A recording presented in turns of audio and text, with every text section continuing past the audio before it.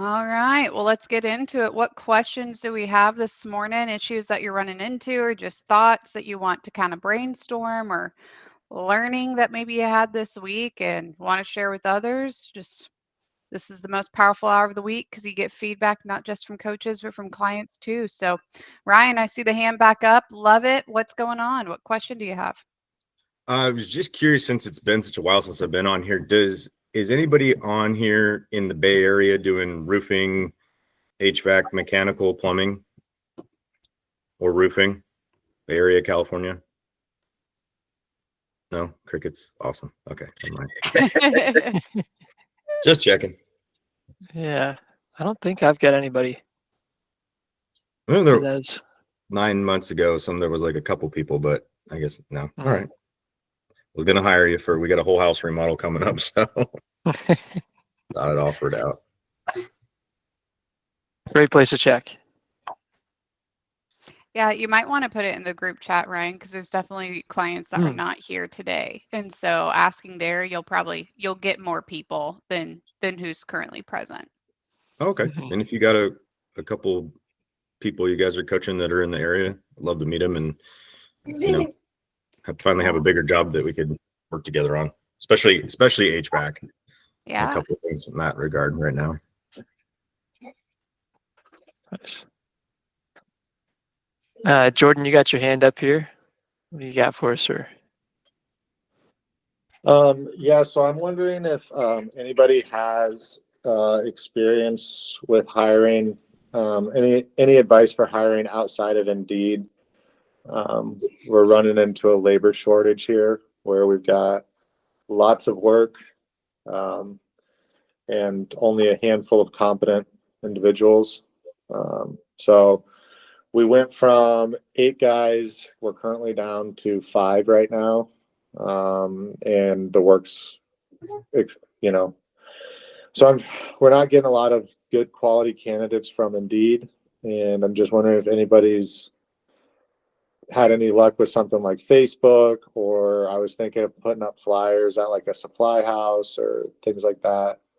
Cause I'm right now, I'm either going to have to tell some customers we've got jobs already lined up for, hey, we're not going to be able to make it. Or if we do make it, it's going to be in the future, not at the time that was agreed upon. Or, I don't know, there's either going to be some hard conversations or I need to hire some people like immediately, So just kind of, if anybody has any advice on how to navigate those waters. Great question.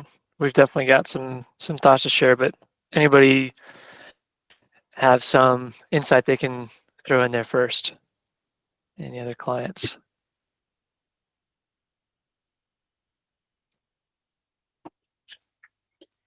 Everyone's hired through Indeed. That's awesome. I have some insight on that. Yeah, go for it. So I have found that it works every now and then when I'm just out and about in my daily life and I run across people that impress me. I approach them and ask them if they're looking for a job and offer them the job. I get to meet them in person and I get to see what they do their regular work already.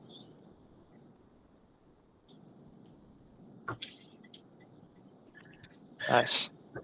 Yeah, I know I've definitely had clients do that, like at supply houses, and stuff like that. Mm-hmm. That's great for subcontractors as well. Definitely being able to see their work on site before you bring them on is one of your primary go-tos. That's a pretty common strategy there.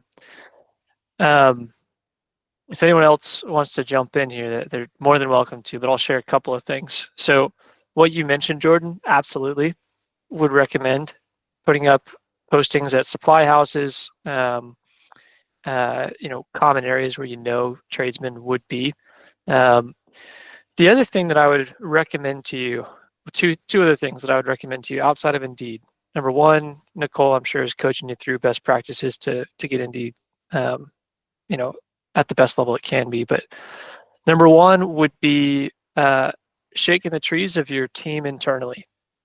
So those guys you already have working for you, and you probably have done this before in the past, but those guys you already have working for you are vetted, known, and they're probably going to know other people that might be able to do same trade, same skills. So setting up some sort of like a referral bonus, I think, is important as just a standard practice in almost every company. That if you bring on somebody and they stay for 60 days, 90 days, whatever, we'll just give you a nice bonus for that internally if you brought them around to us. The other thing that I would recommend for you, Jordan, too, and this is also another great way to find subcontractors, but if you go down for whatever trade you're looking for, you go down on the page 2 or 3, 4 on Google search results, call through some of those guys, because a lot of times they'll be solopreneurs, guys that are not really great at marketing, getting their name out there.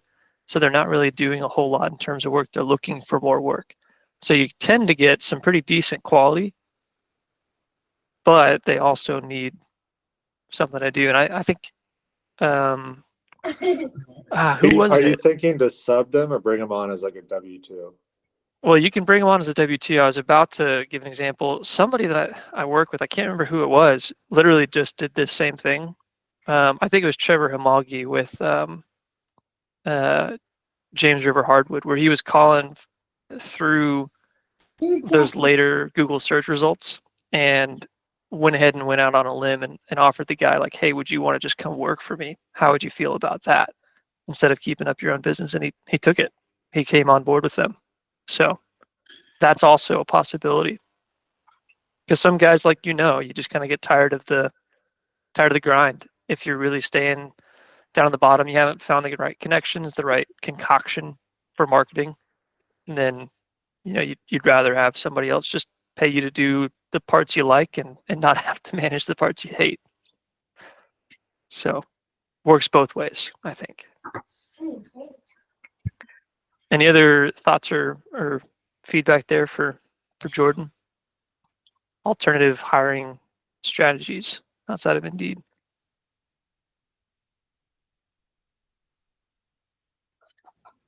Yeah, go ahead, Ryan.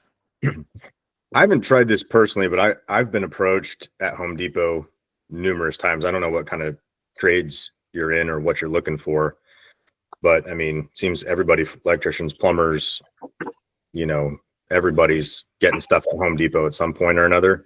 There's to Bryce's point, there's tons of solopreneurs that kind of have that older beat up truck with the handmade sign that probably need a little extra work. I've been approached. I've had guys come my way that way too.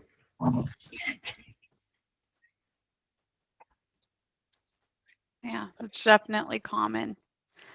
When it comes to hiring, you guys are in industries that there's a little bit of a shortage overall. And so wherever you can advertise, be advertising, post it on Facebook, do the job boards, call trade schools to see if they know anybody who maybe graduated a couple years ago and is looking.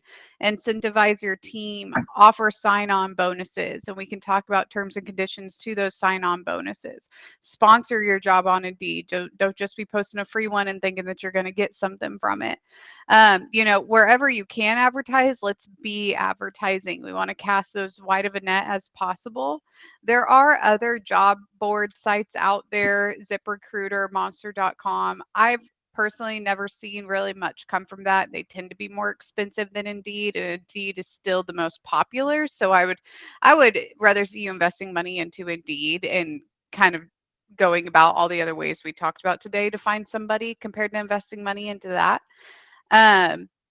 But there's really a limited amount of ways to look for people. And then when somebody comes in, you got to drop it like it's hot and call that person, like pursue them aggressively. You have no idea how many times I have clients telling me, oh, I'm getting no applicants. And it's like, well, I called this guy once. I don't want to be desperate. If he wants the job, he'll call me back. And there's 7 other companies that are calling him. So like, he doesn't give a rat's butt that you called him once. Whoever's the loudest is going to be the person who gets that guy's attention. And so just put the ego aside and aggressively pursue these candidates as they come in. Don't necessarily judge books by their covers. Don't spend a ton of time looking at their resumes. Smile and dial through those applicants. If you like somebody on the phone, bring them into shadow or one-on-one interview. Just as aggressive as you can be and as quickly as we can get somebody through that hiring process, especially for a high skill worker. That's definitely going to be best practice. Chris, I saw your hand up, and then Jordan will get to you. Yeah, so when I've done a lot of different things, but I ran a finished carpentry company for a while, and we did a lot of high-end millwork and stuff like that. So it's a really kind of a specialized skill. It's not just like you can hire anybody off the street. You can teach people and stuff, but when we were looking for qualified guys, we would, on the job site at Home Depot, wherever, kind of like what everybody's talking about, we'd meet a guy. And if he showed any interest at all, we'd invite him to a working interview right away. Mm-hmm. So it'd be like, okay, if you have interest, why don't you come work with us for a day, part of a day, a couple hours, kind of see what we do, so we can kind of see what you do and kind of get a feel for how they fit in with the team and how they're going to work, you know, their work ethic, their integrity, their ambition. I mean, obviously you can't figure all that out in a day, but it gives you an idea if this person's going to fit or not, and saves you a lot of hassle later on. You know, you got the guy working for a couple months, and then you figure out, oh, well, this isn't going to work, and you just wasted time in training and whatnot. So that's kind of worked for us in the past. Totally agree, Chris. In fact, we would say that's best practice. So definitely do that. Jordan? Yeah, I think that's kind of where I made a mistake. Is like a few months ago, hired, or maybe about a month ago, brought some new people on board. Their resume and things like that said they had lots of experience and lots of capabilities, and then you get there and they just, you know, jobs aren't taking twice as long, they're taking 3 times as long, 4 times as long, over on material, over on cost, you know. And so like it's not, I mean, we could bring in people that are unqualified, because that's what we're getting, a lot of people who are applying, but it's like finding the journeyman who can run a van and run service calls and get jobs completed on budget, on time. Like that's where I'm struggling at. So I like Chris's idea of just immediately a working interview. Chris, when you do that, do you just pay him cash for the day, or like what's your, like, is it just a freebie day for, I mean, how do you navigate that water? We'll usually pay them for their time, and we'll just write them a check from the business. It's if it's under, you know, $500-600, we don't have to report it or anything. We'll report it, but they don't have to claim it. But so we'll just kind of do that. That way it's a one-day thing. We're not, you know, a lot of out of pocket, but we'll pay them for their time and compensate them. We don't want them working for free, but you know, we want to show that we're willing to help them out and take care of them. And we want to be a company that you want to be with, you want to work for, and you want to do a good job for, because we're going to take care of you too. So we kind of put that out there, and, you know, just kind of cater to them a little bit, just to see what kind of person they are, what kind of, you know, their skill set. And, you know, because you sit down with somebody in an interview, they can talk your ear off all day long and make themselves seem really great. But when it comes to cutting a clean miter, they have no idea what they're doing. So, you know, you kind of want to see those skills in action. You know, just pull them on a job site. You know, we got a current job going, we'll have them, hey, cut these parts, you know, here's the measurements, and just kind of let them go and see how they do. And if they are requiring more assistance or more guidance, then we kind of know, okay, this guy, this is where he stands. He's not a guy that can go out on his own yet, but he's got the skill set, and you kind of gauge kind of where they're at in your world, and you know better on, you know, all right, well, this guy's going to be a helper, or this guy's going to be a team lead, or, you know, you kind of get a feel for where they're going to fit in. Yeah, I think a good thing to be aware of is just like how somebody can lie on their resume about how much experience they have and how qualified they are. And man, on paper, they look so good, and they get on the field and they suck. The same thing can happen with a guy who maybe doesn't have all of the years of experience that you want. They're super coachable, they're hardworking, they show up on time, you know. So that's why I say, like, let's not judge books by their resumes. You know, let's let's call them, let's interview them, and then if we like them on the phone, get them into that shadow day, that trial day, because people will surprise you either positively or negatively. It's both sides. Yep. So, what other questions do we have going on today?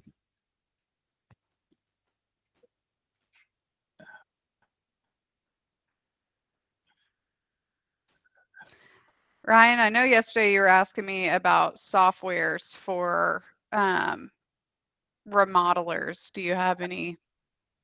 This would be a good place to ask if you're looking for recommendations or feedback on any yeah. of them. So I had a client book a meeting with me the other day, and they had already gone to a designer, had plans brought up. We had an awesome conversation.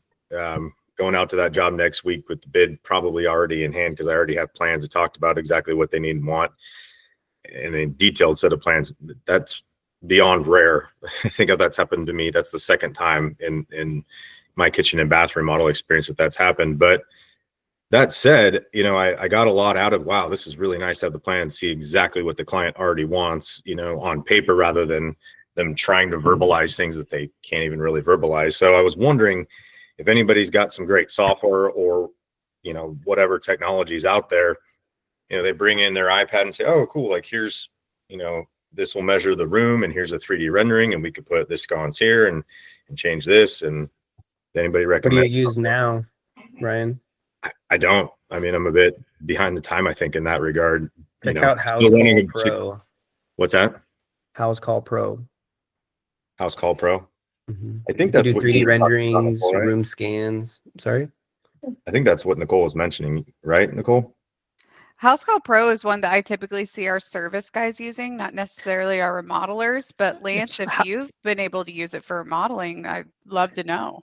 It's House, Houzz, Mhm. House Call House. Pro.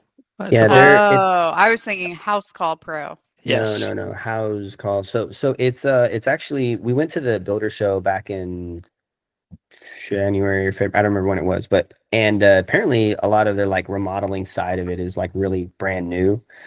So they have like a 3D room scan. It works on your phone, works on an iPad. I think it's only in like an iOS thing. I don't think it works on like Samsung and stuff. But you can scan rooms and it can create like 3D renderings, really easy to use. You can do mood boards, selections. You can create like a schedule. It has an AI estimated writing tool, which is like changed the game for our team. And you literally would write out a description of like what you want to do, and it will populate off of like national averages and prices, like line by line, these like super detailed estimates in like seconds. That's pretty cool. wild. Pretty wild. The only thing is, compared to like a builder trend, and this is something that I've noticed after using it, is it doesn't really have like a client facing portal like builder trend does. And so I don't know how important that is to some people. I recently actually lost a pretty large project for that reason that I had bid on. The customer wanted more like interaction on like the day-to-day, some sort of client facing portal or something, and they don't have that. Yeah, as of right now, that's me talking to the client every day, and then sometimes repeating myself to the husband and to the wife, and then back again because they don't talk for whatever reason. So that's always fun. But yeah, I mean, I'm definitely going to check that out, especially for this whole house remodel. That would be really cool to give that a try and see how that works. Thank you for the suggestion. Yeah.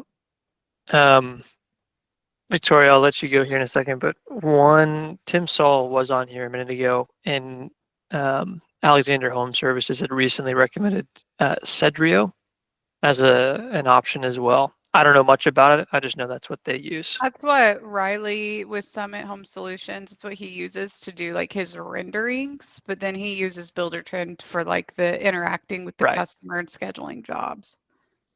Yeah, that's just the 3D rendering side, I think. And Ryan, I do have links to all of the ones that have been mentioned so far on your agenda. So nice. Should be good there. Okay, so those are all the ones we went over, and then there are all links in there. Okay, awesome. Nice. Lance, thanks for the tip on there. Appreciate it. Yeah. Victoria, you're up. What do you got? I actually had a question. Can you guys hear me okay? I'm in the car. Yep, Yep. we can hear you. Oh, perfect. So the House Call Pro, whoever was just talking about that, did they mention anything about it doing like material takeoffs from the sketch? I'm trying I literally just started testing software for this yesterday. The first one I'm testing is called Magic Plan. I just left the job site where I like designed the bathroom with it. It's a 2D sketch, and I'm about to have a call later today. Trying to figure out what their full service stuff is, and I'm trying to do some research to find out like how accurate. This one does offer a material takeoff, and so I'm trying to figure out how accurate that stuff really is. But does House Call Pro do that as well? Because I'd like to compare them side by side. It doesn't ever generate for me like a materials list as far as like this is how much tile you need, things like that. But the 2D or the 3D renderings and stuff are very accurate as far as like figuring out measurements. So you click on the floor and it Okay, tells so you you how can many square just, feet yeah. it is. You click on a wall, it tells you how tall it is, how wide it was in inches. It's pretty badass. Yeah, this one that I'm testing does that too. I'm pretty impressed for a trial period. So I was just curious. Yeah.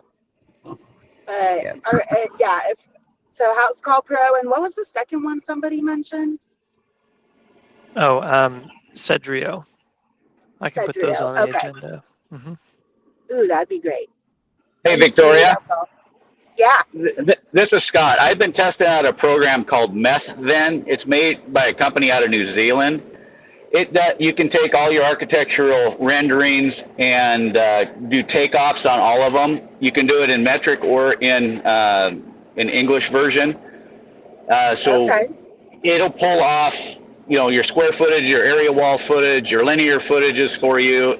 It takes a little bit of time to get it set up because you've got to build some stuff into it. But once you do, it works just like Excel. And I think 3 weeks ago, I was on here looking for a bid software, something to help with bids. Because once you have one done, then you can use that as a template for your next one, and you can use the takeoffs and then just import in your materials for it. And it's really slick, and it's pretty inexpensive right now. I've actually gone through a couple trainings with the guy who developed the software, and they're $27 a month. He knows he's going to have to raise the price, but it's called MethThen, and METHVIN, and it's worth checking out. You can download it for free, and you can do up to five test projects in it, the takeoffs and bids. So it'll do scheduling, bids, and takeoffs for you.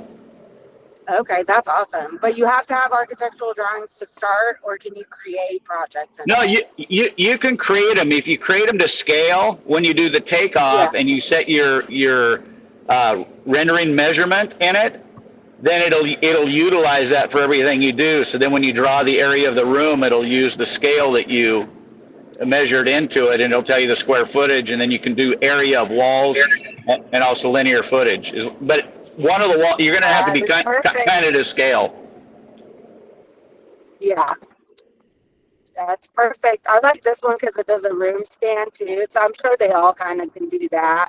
It's just how accurate it comes out. So I'll definitely test all of them out and then I'll report back. That's the right way to do it. That's what we recommend is, hey, we can give you suggestions, but like only you are going to know what you exactly want and what works best for you. So try, 3 of them or so. Usually all of them have trials that you can do. You can usually go to trainings and then figure out which one was going to work best for you from there. If the first one that you pick is not the right one for you, don't let that cause you to lose faith in getting a software. Sometimes it takes trying a few before you find the right fit, and just know that like any of them are going to require a lot of work and commitment to making the software work. If you are just going to get a software and think, oh, well, I have the software, it's going to solve all my problems. It's not. You're going to have to edit the price book. You're going to have to go through the trainings, like really commit to this. It will just feel like a giant waste of money and time.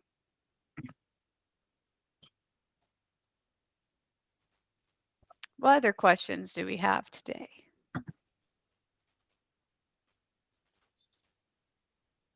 Thoughts, concerns, grievances, stories?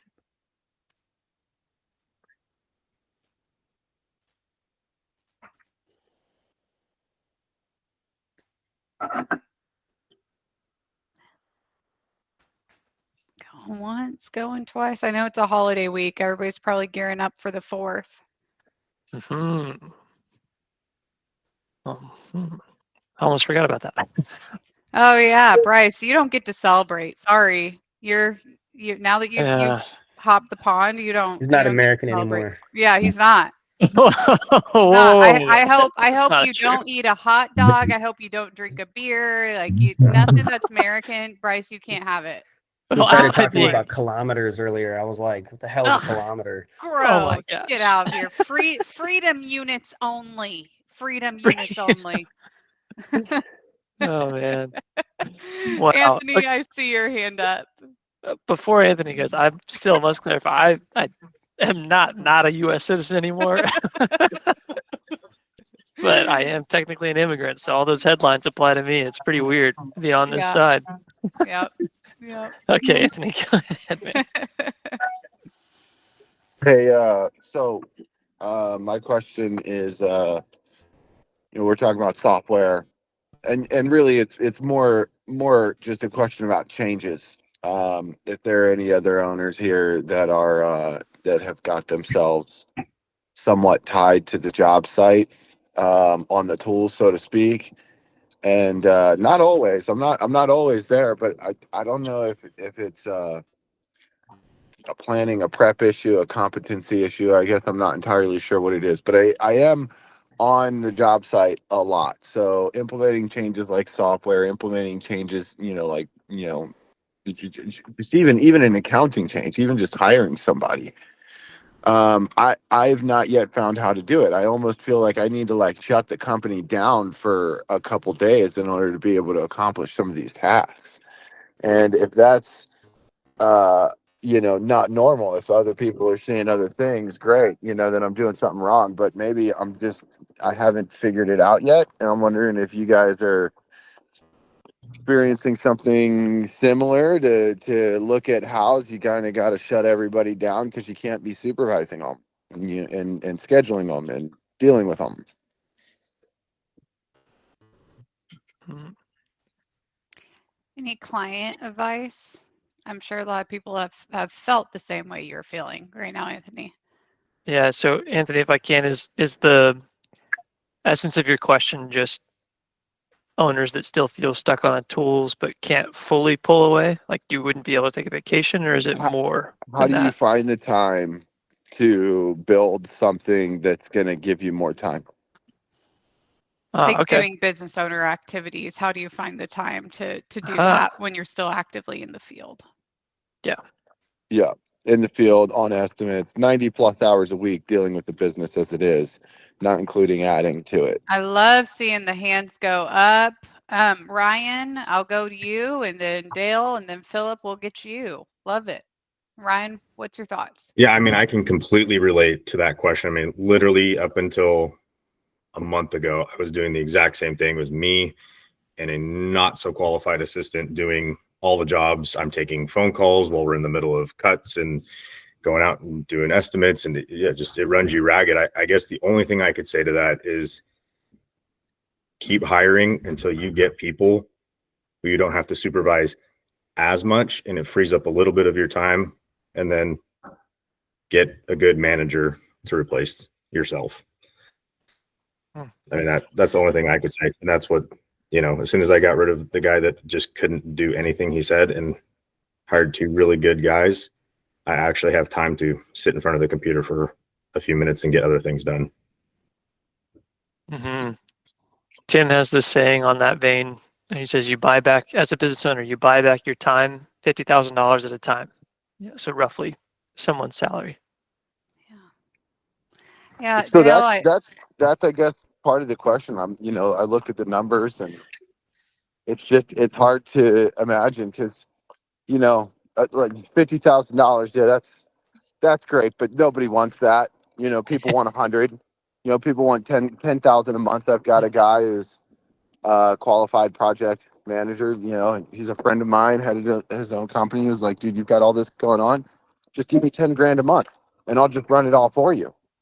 And so, you know, when I have in my mind a project manager, I'm not finding anybody who's going to do it for 50. They all want to, Yeah, I 100 don't think plus. Yeah. he was saying that, Anthony. I don't think that Right. was what he was saying at all. And it might not be that you need to find a project manager. And one thing that I would look at first with any of my clients, if you're my client, Anthony, is sometimes like hiring a person is not the solution. It can be the solution, but people think once I get this many people in the field or once I hit this amount of revenue, I'll be able to focus on business owner activities. And like that time, I promise you, is never going to come. It's never going to come. There's never going to be a time in the business where it's like, I can now be the business owner and do these things. The time is right freaking now. Like there's never going to be a good time in the business to do those things. It's getting freaking stubborn with your schedule, getting stubborn with your team, and dedicating the time towards those business owner activities until you get out of the mindset of addressing burning fires and reacting to whatever's going on and letting the business lead you. The business is always going to lead you until you decide to lead it. And it's a very hard mindset shift, but there's no like time in the business where it's like, okay, now I can do this. Right now is the time. I promise. There's there's nothing going to change, even if you did hire that right person. But once you make that mindset shift and you start being stubborn with your time and you start getting control over your time and over the business and just not letting it lead you, you're leading it. It's going to allow you to say, okay, who do I need to fire? Who do I need to hire? You know, and so I would just really encourage that where it's like there's no tool, there's no hack, there's no set time. It's just a matter of like you committing to being the business owner and dedicating that time towards those activities. Because no amount of staff or revenue is gonna solve that for you. Dale, I know I saw your hand go up. I don't know if you had thoughts on this. No. Okay. Lance or Philip, I know your hand was up. Did you have something? And then I'm going to jump to Lance here. Yeah, I'd say sorry. I'm in a house full of kids here right now, so if you're here screaming. But yeah, the big thing I'd say, you know, I'm always worried about, you know, the next hire and can we afford it? And the thing that I just try to remember is when it was just me, I had that feeling and I hired somebody and it allowed me to do a little bit more and take on a little bit more work and, you know, continually just built on top of that. And now we have 6 employees and, you know, it's just how I did it. You hire somebody green or, you know, green and hungry so you could pay them a little bit less. And then as they grow, you grow, and then you can offer to pay them more. And as long as they're, you know, carrying their weight. So you don't need to hire somebody at 100 grand. Find somebody that's a bit more green, maybe a bit younger, that's willing to learn and then grow with you. Yeah, I love that advice. Great advice. Yeah, Lance. Oh, I mean, everything everybody said is actually like totally spot on. Kind of what I was gonna kind of say also. Nicole, you were kind of preaching there for a little bit, but that's really, really good. I mean, that's really, really good stuff. Yeah, I mean, when in the past, what we've done is we've hired people that were not from the industry. We've, you know, trained them up like they were our kids. And I've actually helped a lot of other people start their own companies by, you know, working with us, and now they're in the industry or they've been hired by someone else in the industry.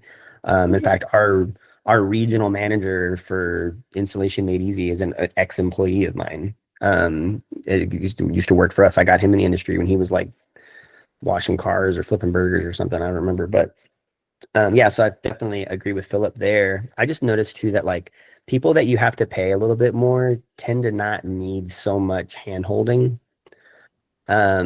You know, there's a difference between somebody who makes like 40 a year and who makes like 60 a year, and that's a big difference. And sometimes, or wherever you live, that number is relative. But I just noticed that sometimes, you know, when you have to pay somebody a little bit more for something, you notice that they don't need as much a direction every day. So I don't know. I would be creative in that though, in the way that you talk to your coach and see the best way to bring somebody on and pay them as much as you can, because that'll make a difference.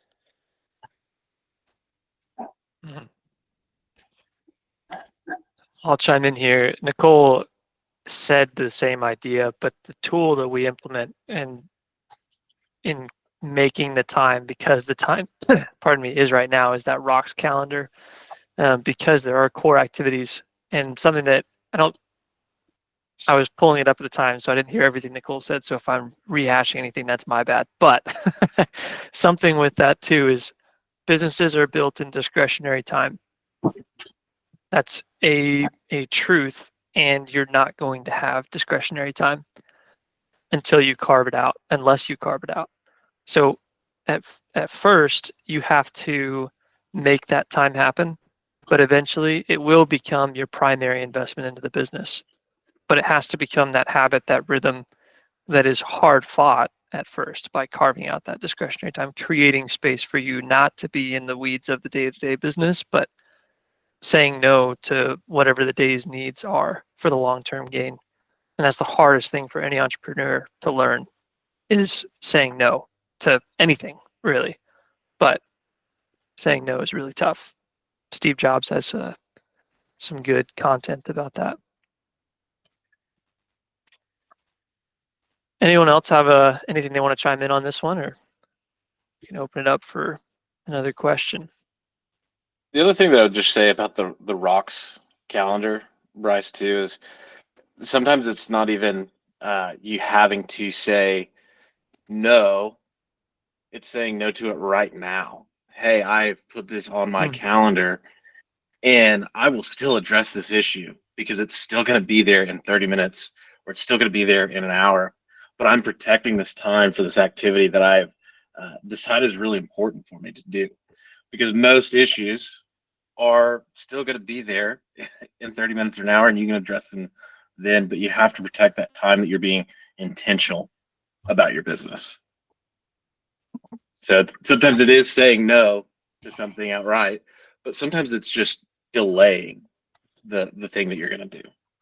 Just putting it off 30 minutes or an hour. Small little tweak to your day.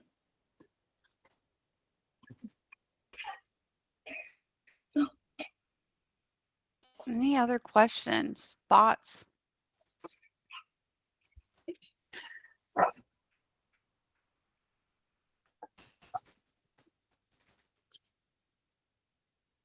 Concerns? Okay. I think everybody's ready for the 4th of July. I think so too. Everybody be safe. Except for Be Bryce. smart. Except for Bryce. Bryce does I need not to be get extra safe. celebrate. Bryce has to work. Actually, we're making him work tomorrow.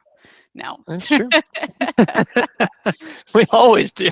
We always work on holidays. Bryce, you lighting off fireworks or something? What's the joke there? Bryce, Well, maybe I live we in should England say now. that. Yeah, Bryce Yeah. does not live in America anymore. Got it. Yeah. Hence So the if I light joke. off fireworks, I might get some unwanted attention. Yeah. That's right. I wonder how the mood is there in England on especially in England. Yeah. Yeah.